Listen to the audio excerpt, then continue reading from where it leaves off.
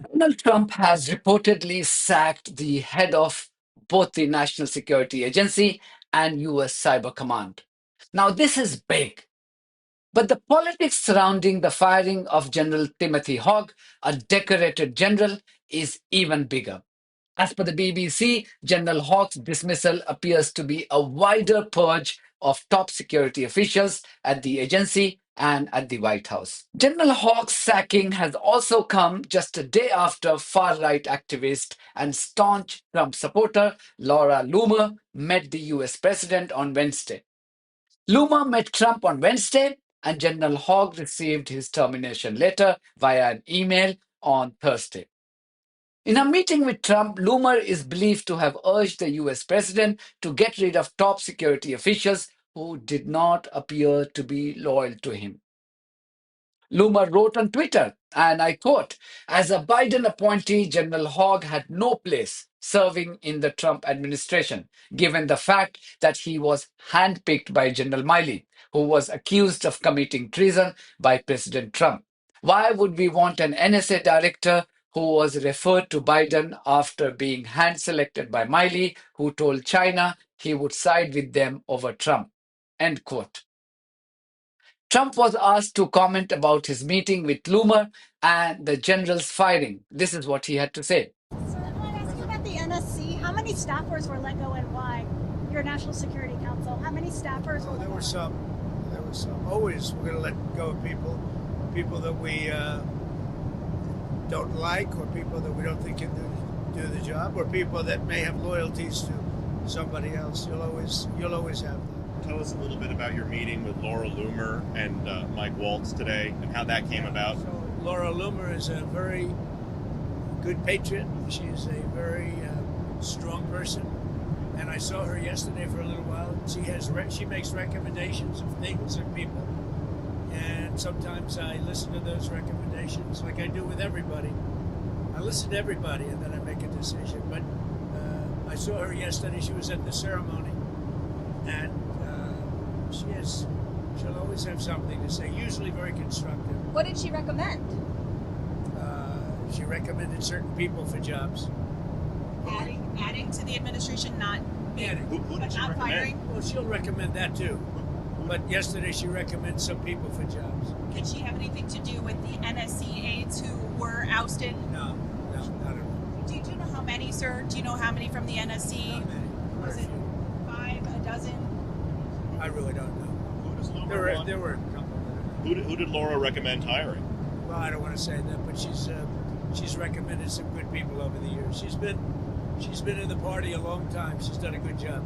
Do you trust your national security staff is doing what you want them to do? Sure I do. We've done very well. It seems Trump has also sacked General Hawke's deputy, Wendy Noble. And this development is bound to cause more anger amongst the country's intelligence community.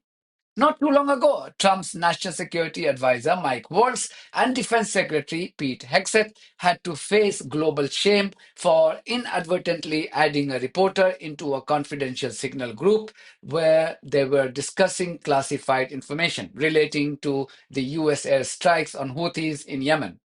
The US had become a laughingstock as many wondered if the Trump administration could be trusted with intelligence materials shared by its European allies. The only concern from this discussion, what I have read in the newspapers, for me is that we are not able to share our real secrets with our ally if they don't follow the protocols, and that I think is the biggest challenge.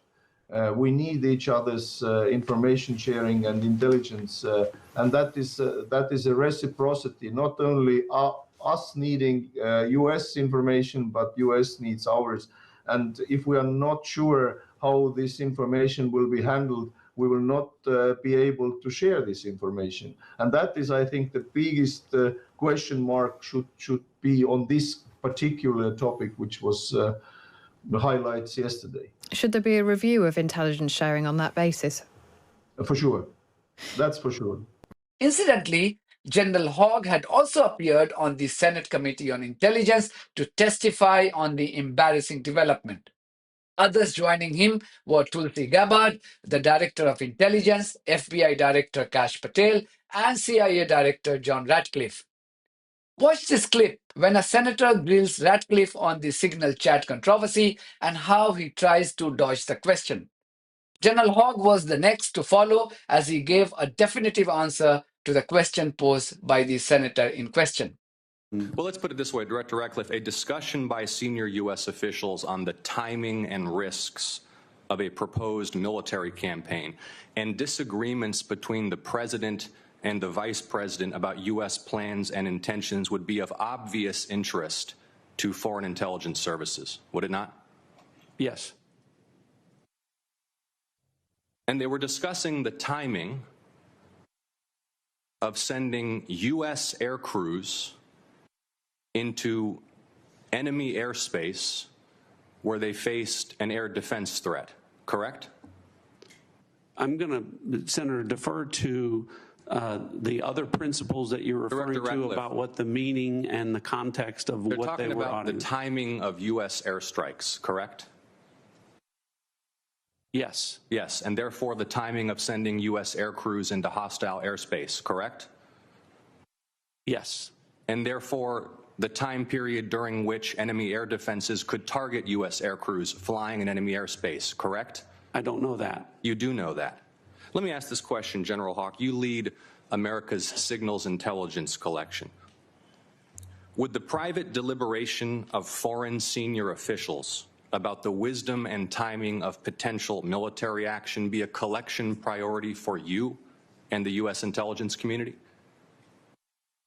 Senator, it's our job to do indications and warning for both the plans and intentions of adversary leaders and for military commanders.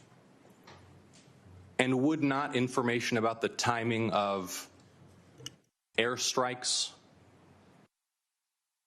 allow a military to pre-position or cue air defense systems to shoot down enemy aircraft? I think, Senator, from our perspective, any advance warning is something that we certainly are trying to protect. Yeah.